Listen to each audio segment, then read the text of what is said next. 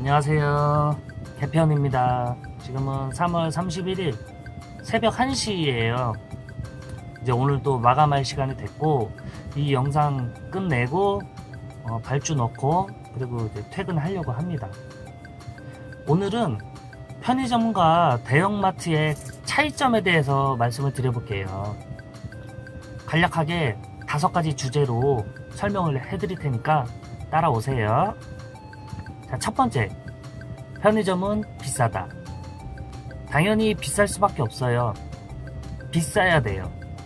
만약에 안 비싼 편의점이 있다면 거기는 곧 문을 닫을 예정이거나 아니면 사장님께서 일종의 가격으로 페이크를 쓰시는 경우일 거예요. 그럼 왜 비싸냐? 비쌀 수밖에 없는 유통 구조를 갖고 있어요. 중간에 도매를 더 거치거나 아니면 회전율이 낮기 때문에 대형마트나 인터넷보다 비쌀 수밖에 없어요. 조금 더 구체적으로 설명을 드릴게요. 저희한테 납품해주는 물류센터는 저희 같은 소매점에 각각 코드를 부여를 해요. 이 코드에는 각 소매점에 정보가 들어있거든요.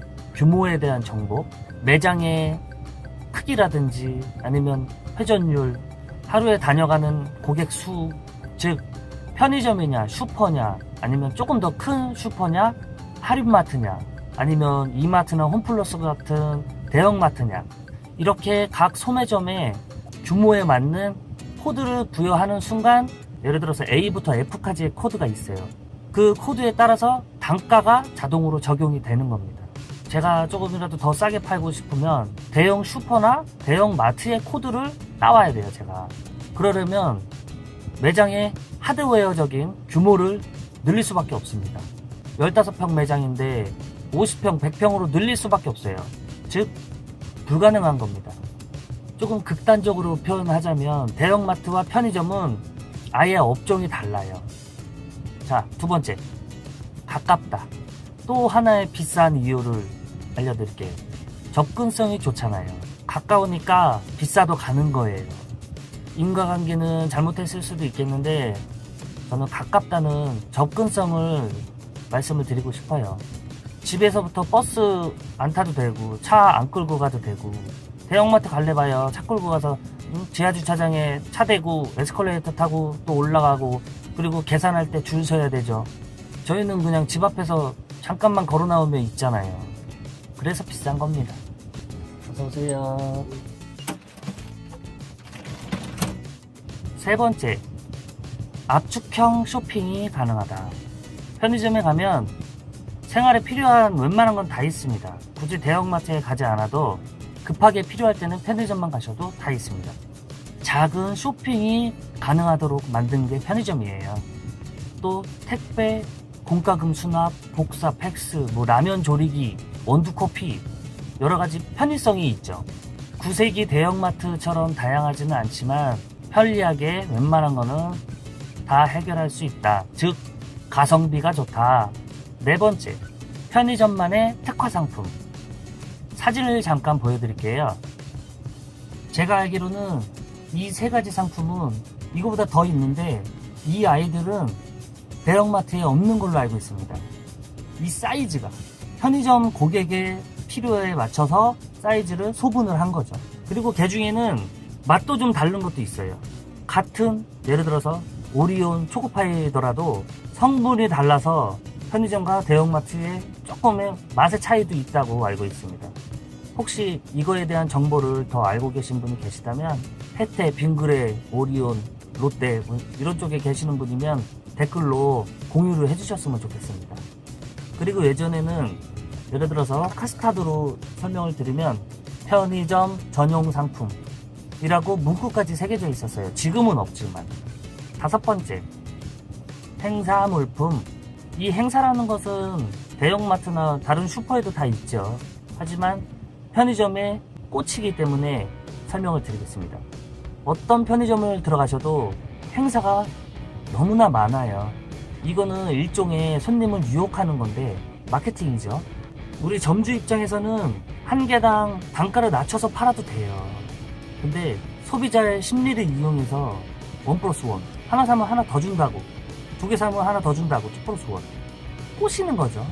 그리고 손님 입장에서는 1+1 행사를 사면 득템하는 것 같은 기분이 드는 거예요. 그냥 더 싸게 파는 물건을 사면 되는 건데 아, 이 1+1 사면은 하나 더 주는 거구나. 공짜 좋아하는 사람의 심리를 노리는 거죠. 이 모자는 벗지 않겠습니다. 자, 이렇게 5가지 소주제를 가지고 말씀을 드렸는데요. 간략히 정리를 좀 해드릴게요. 첫 번째, 편의점은 비쌀 수밖에 없는 구조를 갖고 있다. 두 번째, 편의점은 접근성이 좋아서 시간을 절약할 수 있다. 가성비가 좋다. 세 번째, 생필품이 있기 때문에 압축적인 쇼핑이 가능하다. 네 번째, 편의점에 가면 편의점에만 있는 특화 물건들이 있다. 다섯 번째, 행사 물건이 있어서 득템을 할 수 있다. 손님들이 가끔 여기 왜 이렇게 비싸? 하는 게 들리죠. 일부러 다 들리게 말하는 것 같아요. 근데 어디랑 비교를 해서 비싸다는 걸까요? 비싸다는 건 뭔가 비교 대상이 있을 거 아니에요. 뻔하죠.